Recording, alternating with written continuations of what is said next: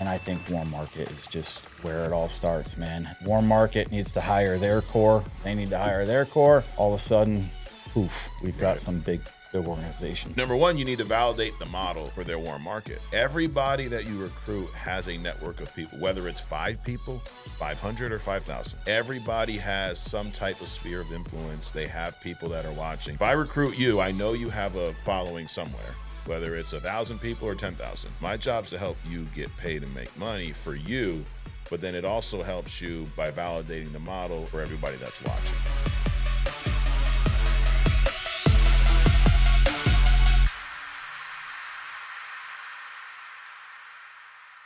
All right, welcome to the next level. Got my man Mike DeCecco with us today. How we doing, Mike? I'm excellent, man. Thank you for having me. Absolutely. Thanks for coming down. Love it. So we had you on True Talk this week, and one of the things that you mentioned is you're focusing a lot on recruiting right now. Yeah. Right. So this business can be whatever you want it to be. We have agents that just sell. We have agents that sell part-time. We have agents that only recruit. We have agents that do both. I think, if you ask me what's the best trajectory, I think you start out selling. I do think you should recruit day one. Mm-hmm. Not everybody does. That's fine. But I do believe that if you're going to be an effective manager, you do at least need to know how to sell. Yeah. You don't necessarily have to hit Hall of Fame. I know there's plenty of top managers that have never hit Hall of Fame, but they've sold. But I do think that is a key component that will at least help speed up the recruiting process. Yeah, I would definitely say selling a little bit, Yeah. but going back to it's a process. Getting licensed and getting started is a process. Sure. So if you hire from day one, that person has to go through that process. Yep. By that time, if you're working, you can help the person. Sure. You'll be able to help them. You may not know everything. You may not know all the portals or products or whatever, but you can definitely guide them on some leads, guide them through a script, because that's all you're going to be doing. Right. And I've hired the wrong way, and I think I'm hiring the right way now. I don't know if there's I think, honestly, anything in life, there's a right way and a wrong way. Sure. That goes for selling too. But right now, I think we're doing the right thing. Like with Nina, I knew that if I could get her up off the ground and rumbling, people would take notice. She has a huge network, warm market network. And I think warm market is just where it all starts, man. Yeah. Warm market needs to hire their core. They need to hire their core. They need to hire their core. All of a sudden, poof, we've got some big organization. So you said you hired the wrong way. Explain that. What was the wrong way for you? So I just didn't know how to lead. Okay. And people would come in and we just sink or swim, right? So hire.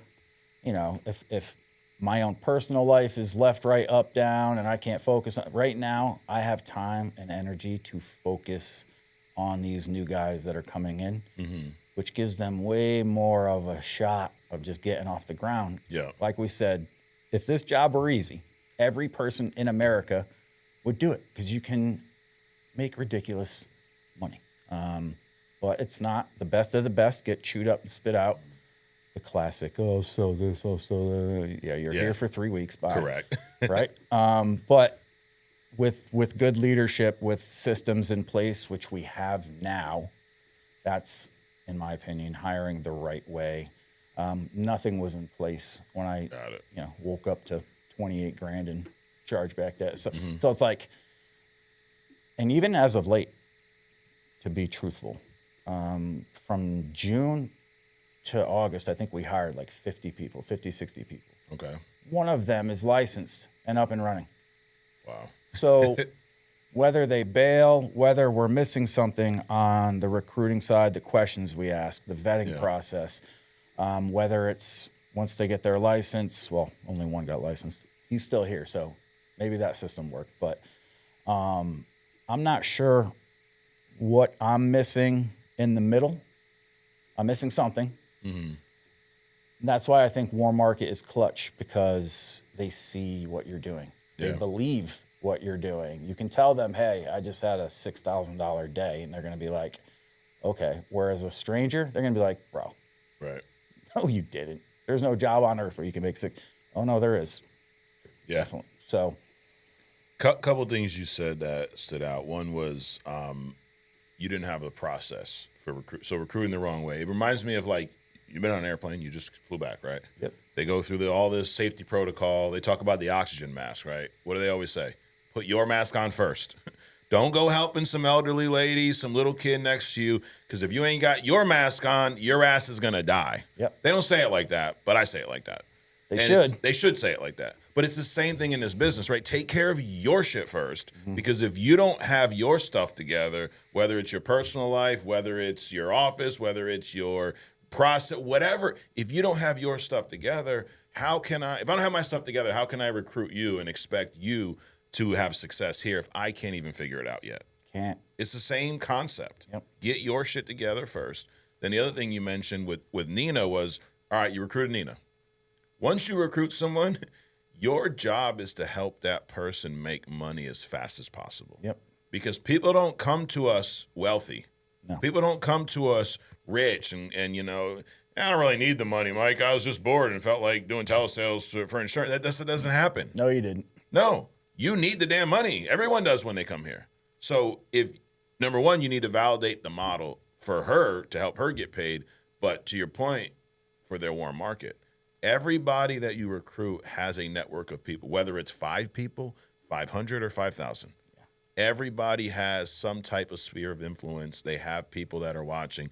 Nowadays, 95% of people are on social media, right? So if I recruit you, I know you have a following somewhere, whether it's 1,000 people or 10,000.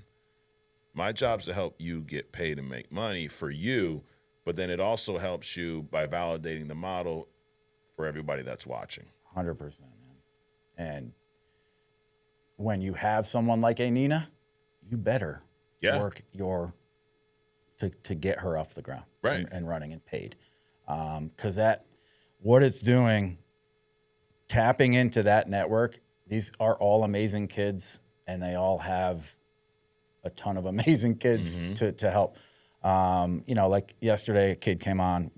I grabbed his non-resident licenses, $107. Like, why? Like, okay, like, just do it. Right. But like, help these guys, because they're gonna come in, they're gonna be hungry. Yeah, he may turn around and roll up, like whatever. Sure. But how am I gonna know that a Nina doesn't go out and crush it if I don't help them? Correct. Yeah. No, it's huge. And then from a lead standpoint, that is an integral piece. It is the most integral piece to what we do. There's other companies that don't, they give me a list of your friends, family, whatever. No. We don't do that. You have to have leads. You have to have leads coming in consistently, and they have to be quality leads. So about a year ago, you said on our other pod, you took the leads in-house. Yep. Prior to that, you're buying everything through vendors, CRM, whatever. Yep. Why did you make that decision to take them in-house? And there's a lot of people doing it. So was it someone you saw? Was it like, what made you make that switch? We want to have the control of it, like the not knowing every day of, am I getting 10? Am I getting 30? Am I getting none? Right. What the ad even looks like. A lot of the vendors, they're going to show you what is on the ad. So you're already walking into a call where someone could be, for instance, you will never see a cost or a coverage in one of my ads, because how do I know who's even looking at it? Right. Male, female, smoker, non-smoker. Correct. 50, 80. So I don't want to set up a call for somebody, an agent, to get on a call, and someone's like, oh, I want the 250 for $50 a month, but I'm 79 with 16 heart attack. Like, that's not what I want. So our ads are very straightforward, like super straightforward. And it's really more, we sell on our team by educating. Consumers don't understand insurance. Most insurance people don't understand insurance. It's vital to get right. Like we had that conversation. If you rear end a family of 4, what's your first thought? Holy cow, I hope my auto coverage is spot on. Right. if you shop auto coverage, I want the cheapest auto coverage. You're getting put into state minimum, and you're going to be $300K short when they sue you. Right. Guess whose paycheck's getting garnished for the rest?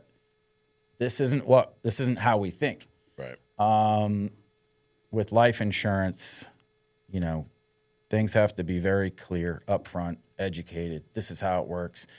We see a lot of bad tactics selling IULs this whole life. You can't do that. You just can't do it. Right. People saying that they work for the VA. There's no such thing as a VA life insurance rep. Right. Is that the person you want handling your death claim? Someone willing to lie to a veteran to make a sale. It's not in our DNA. Yeah. What are you guys selling predominantly? We're heavily into vets. Vets. Okay. Yeah. We have a couple other verticals. But final expense predominantly, or whatever. Yeah, wherever the conversation kind of takes us. Ethos, I'll tell you what, hidden gem for any new agent out here right now. Ethos abandoned cart leads. Here's why. That person didn't go hit a get quote button. So they're not getting 5,000 people calling them. They went halfway into something, got confused, or got sticker shock, right, and bailed. Or distracted. Somebody called. I mean, it could be anything. Could be right? anything. Yep. And you find that out very quick Yep. in the call. But they pick up.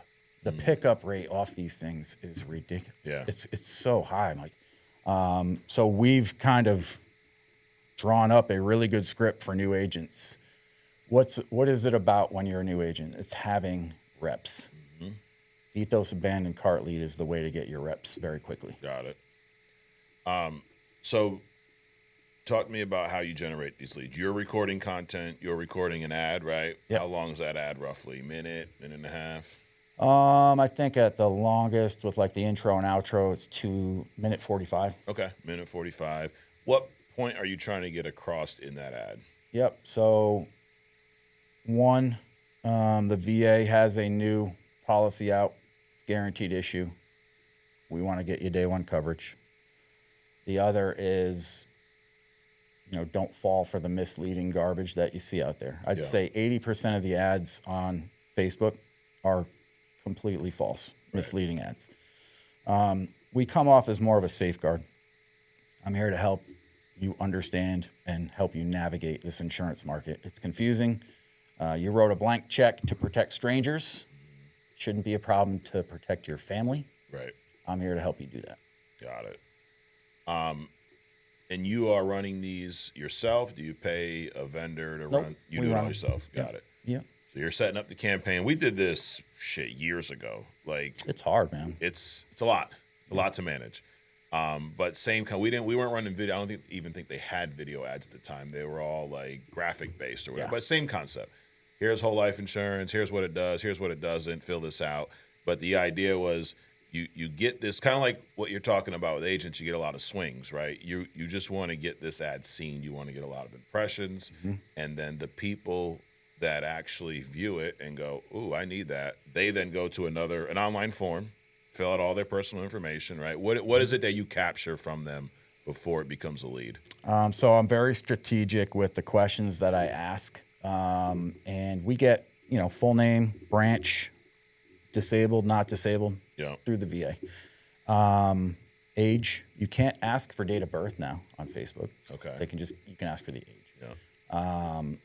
And then I'm information gathering. So the first question on the ad is, did you know that AARP, Globe Life, Gerber, and the new VA plan all have a 2-year waiting period in the beginning?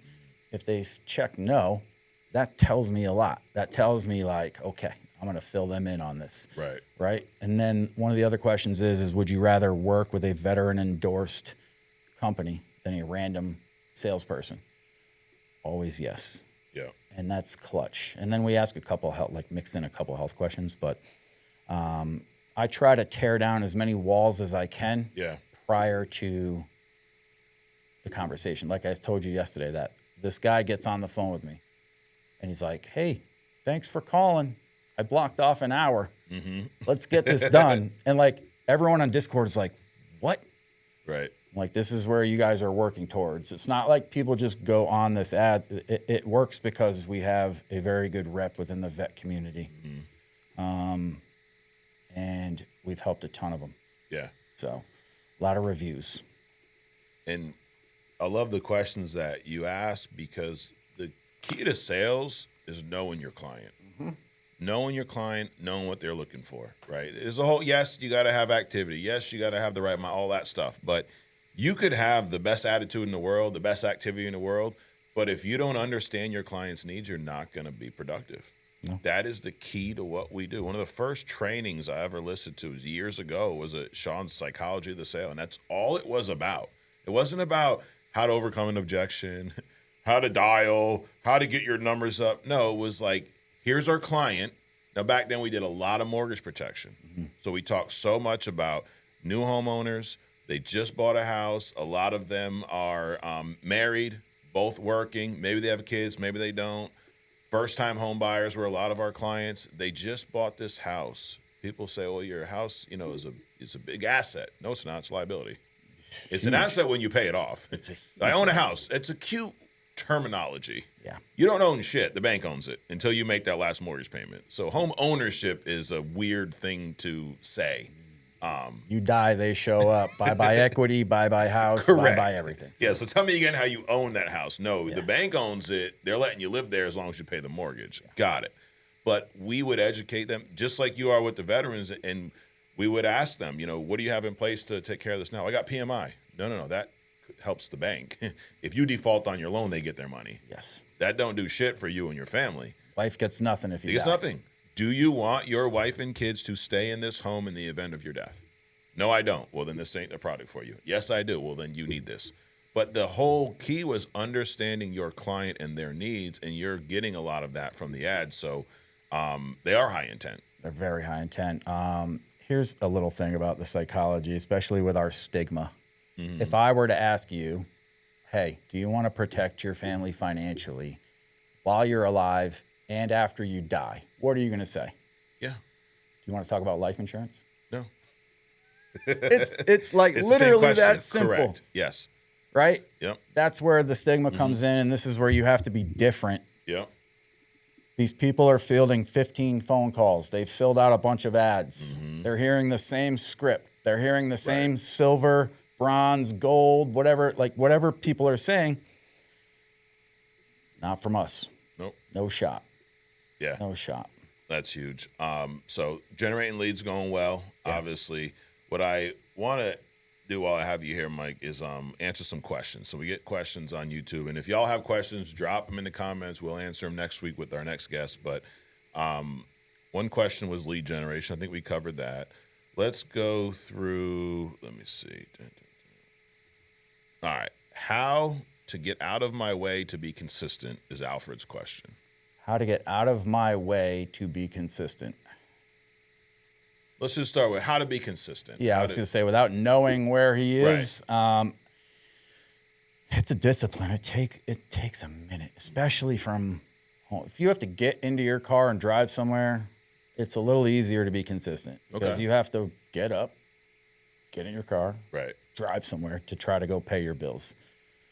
But if you've got telesales or leads sitting there and you're sitting on the recliner, you don't have to get up and go over and dial those. You don't have to do that. I would say your schedule is clutch and stick to it. Yes. I've been struggling with this as of late because I have a daily plan. Yeah. And then the second I get there, here comes the wrinkle, here comes the curveball, here comes the 3 hours of me not doing what I'm supposed to be doing. Right. But that's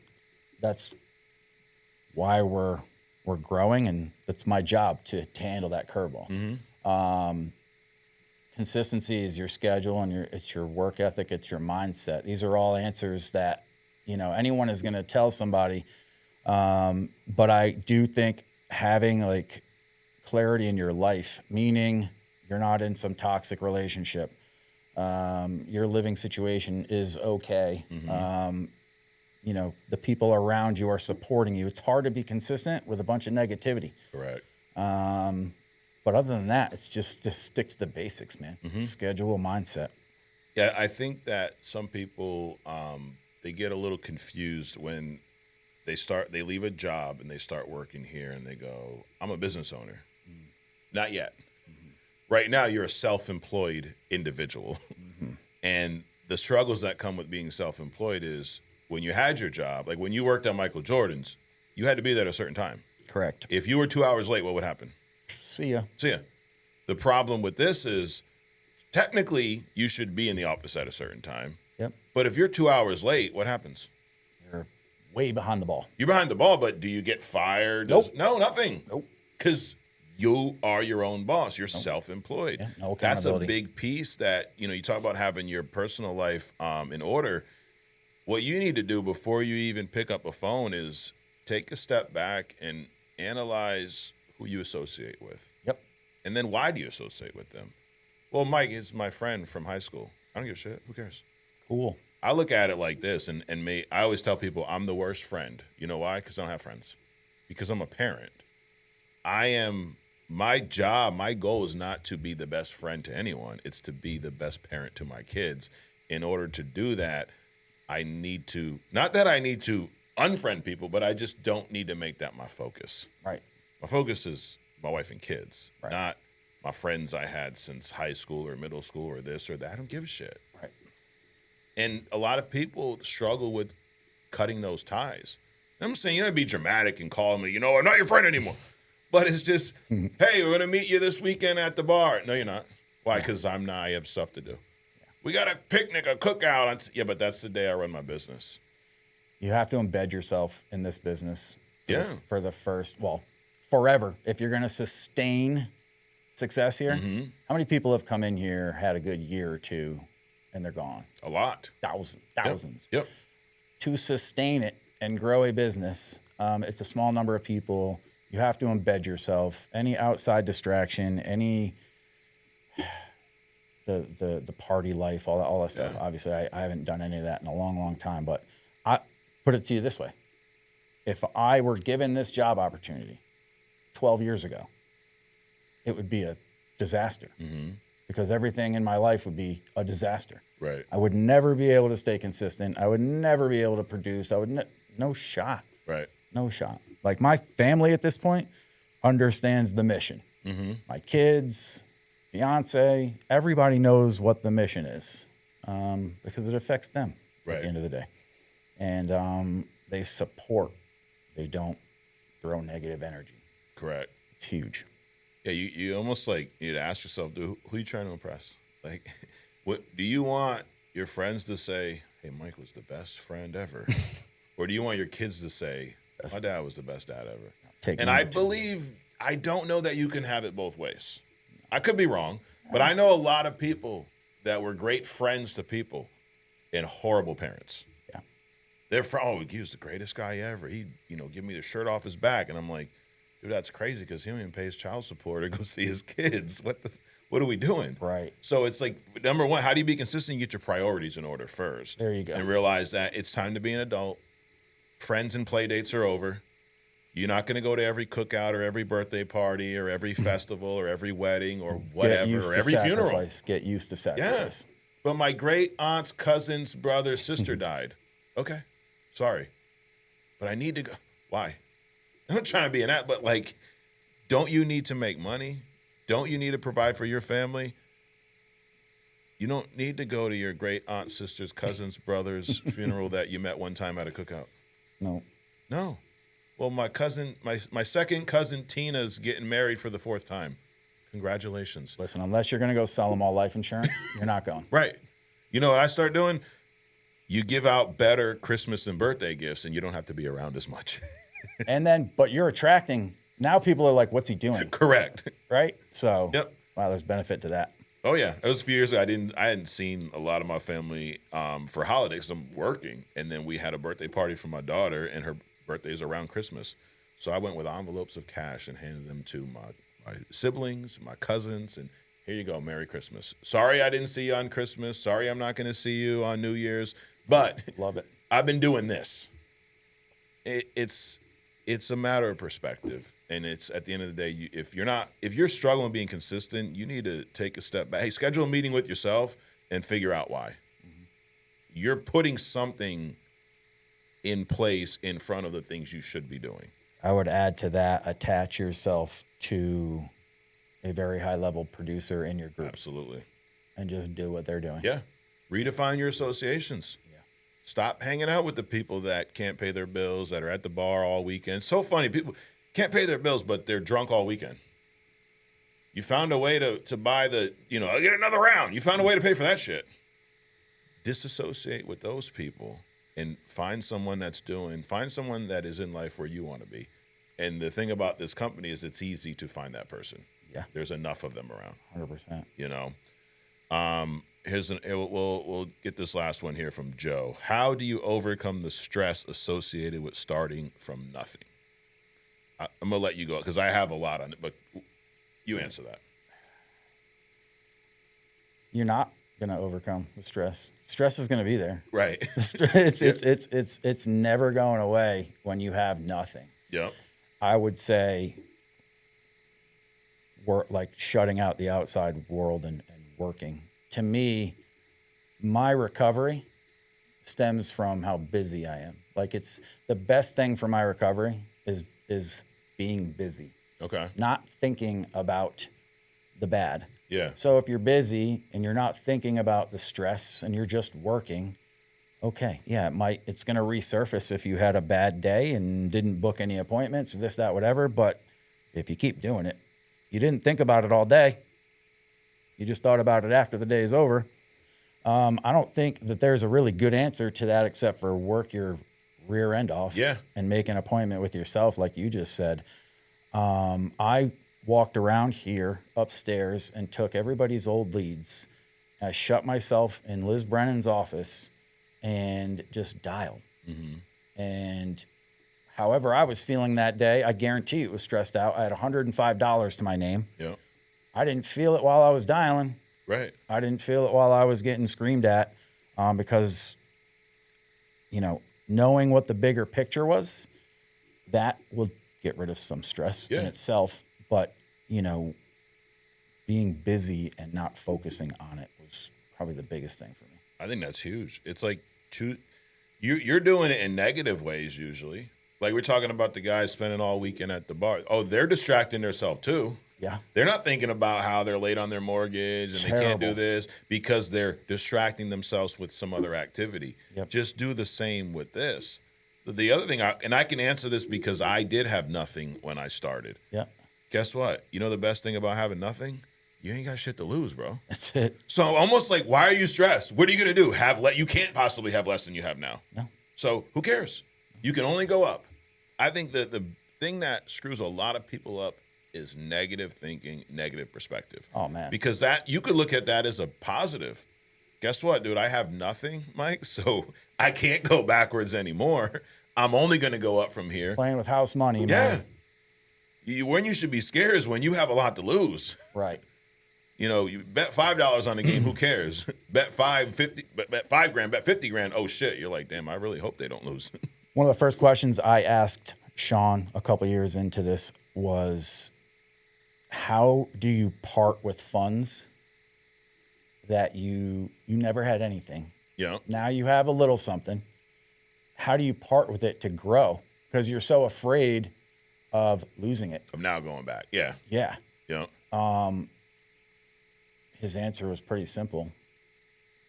Just keep grinding and spend the money. Like it's going to be scary at first, essentially, is what he said. But, growth is uncomfortable, man. You're not growing unless you're super uncomfortable. Yep. And I think a lot of it falls back to the belief you have in yourself, right? So, like, if you got to that point where now you have more than you've ever had, well, you got there. That's the beauty about what we do is good or bad, success or fail, it's on you. Control it. Because there's way too many agents that have already done it. Yep. First week, then, I get it, bro. You're like, you just started the company, Mike. How can you tell us that everyone's done it? But we've been doing this since 2013.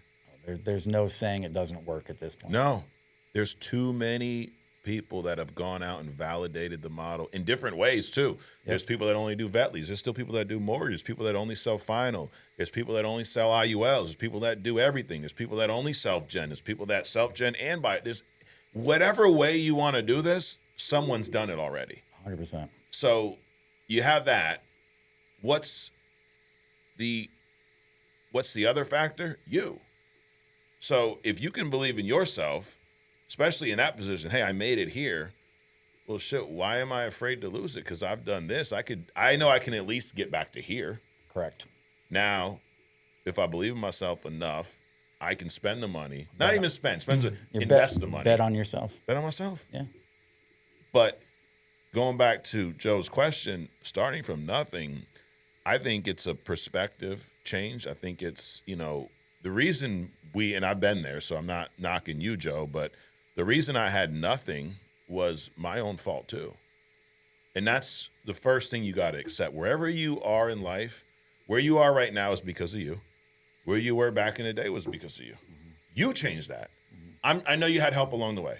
Yeah. You had sponsors, you had your family, but at the end of the day, like you said to me on True Talk, if you didn't want to go to treatment, I'm paraphrasing, and somebody forced you, were you going to get clean? No. No shot. You had to actually want to. And it's the same thing in what you do here and anything in life. You want to get in better shape, or your doctor tells you need to get in better shape. You ain't going to get in better shape. When you want to actually do it, you will. Yeah. Same thing with this business. This business, you can relate it to so many different things. But at the end of the day, it is on you. You have to wake up. You've got to clear your schedule. You got to have the right mindset. You've got to buy your leads. You've got to bet on yourself. You've got to fail. You've got to be okay with a ton of rejection. Mm-hmm. This job asks a lot out of you. Absolutely. It does. But most of it is like normal everyday stuff. Correct. Correct. You're going to deal with a lot of stuff that we deal with. Yep. But you can actually make a living if you get up and work. Yeah. But it's hard for some people, man. I told the girl, this is the hardest job at the job fair. Mm. Like if you go to a job fair and it says life insurance sales, life insurance telesales. Yep. Most people would be like, that's going to be easy. Dude, it'll chew up and spit out so many people. You're having a conversation with a stranger, and you have to ask for a social, a routing, and account number. Within minutes, by the way. 40-minute call, 30-minute call, whatever that looks like. Right. A lot has to go into that for you to get off the phone with a solid piece of business. Yep. Unless you talk them into circles and, right. do it the wrong way. But, yeah, man, starting with nothing, sweat equity is hard to understand at first. Mm-hmm. But, again, get with somebody who started with nothing. Correct. And is... Which is most of the people here. Yeah. I they think, either started with nothing or they started with almost nothing. Yeah. Having your back against the wall with this profession, I honestly, I wish I could have created it for my son. My son's 21 and he tried the sales aspect. But at this point, I'm like, I'm going to spoil the hell out of this kid because I totally jacked up his childhood. Yeah. And his back's not against the wall. Right. How do I create that? How do I make his back? You can't. No. You can't. Nope. Well, Mike, I appreciate you coming out and doing this. I really do. And it's really inspiring to see what you've done here in just a short period of time. I mean, it has been. It's a few years. And it's just, you're just scratching the surface of where you guys are going to get to. I truthfully think Team Timeless and Timeless Protection, I think it's a ticking time bomb right now. And I think that, when I partnered with Paz, I was like, my process isn't going to be like the move fast and break things, which isn't the wrong process. It's just not my process. Right. I need to build a strong foundation so that if we get up here, it's not cracking. Right. And that's where we're at right now. Yeah. And you're on the right track, bro. Just don't let up. Keep kicking ass. And congrats again on everything you got going on in your personal life. That's awesome. I appreciate it. Guys, thanks for watching. Subscribe if you haven't already. And go to fflconvention.com now. We still have tickets for the next event. annual convention 2026, Irving, Texas, at the Irving Convention Center. Hopefully we'll see you there. I know I'll see you there. I know you'll be getting a red jacket. Gary V. Gary V is going to be there. Gary V's a beast, dude. And that's he removes all excuses. Like, I'm too old for social media. Gary V's like 55. Dude. Started with nothing. He started with nothing. That guy will go hustle Hot Wheels right now. Yep. It's just, dude, it's mindset, it's attitude, it's activity. It literally falls back to those two things in anything in life, and especially what we do. So thanks again, guys. Thanks for watching. We'll see you next week right here on The Next Level.